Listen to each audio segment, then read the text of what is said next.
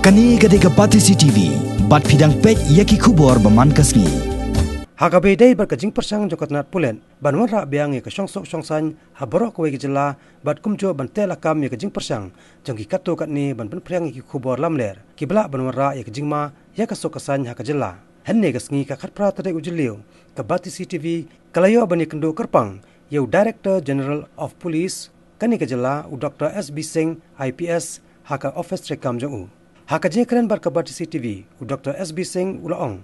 Bat ulak hambanjur halor kata ke cyber crime lani halor ke jingsim kabu jogi katu katne ban Pynphriang yaki Khubor Laml lani ki Khubor ki balong lengba ki dor bat ki video ki bala ban warra yaki jing sngau ye phejai ban Riew haga jela ki balong persya ya kaan uni ukle do katnat pulet ke jela ulaong bakatnat pulet menta kala penklan ya korkom trekam nda ka ba Pynrung Shuh yaki Riew Shemphang halor ke internet Batro ke jing Pynthymmai ki kor Khubor banla ban lap kloy ki tu ki Riew ki bale ki ni kam bat ban kamro ki bat penstam kat kum ka an habatwa jing mod alor ke jing long jingman hakani ngonong ba shilong hakani singi bamenta nakaleng u DGP ulapan pau ba kum ba kalong hi menta ka syong sok syong san kelas dang ban wan phai biang kum ba julong hakipor ki balalet menchua bat ulakar paru ki pai ba bakin ai ke jing trelang ba ki pulen khanang banla ban penne ya ka syong sok syong san hakani ngonong ba shilong. The cybercrime wing of the Meghalaya police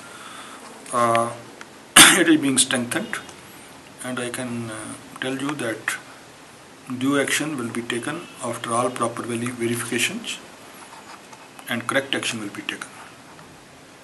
Some manpower we have, and some manpower we are adding to it. Some technical expertise we have, and some technical expertise is being added. In fact, I can assure you that police will be taking action against all those who have been posting that kind of inciting material which is harmful to the peace of the state and the city in the coming days. We have strengthened the police forces everywhere. Shillong, Riew, other districts of the Khasi and Jaintia Hills, they all have been provided with the additional force. Similarly, Garo Hills also have been provided with the additional force.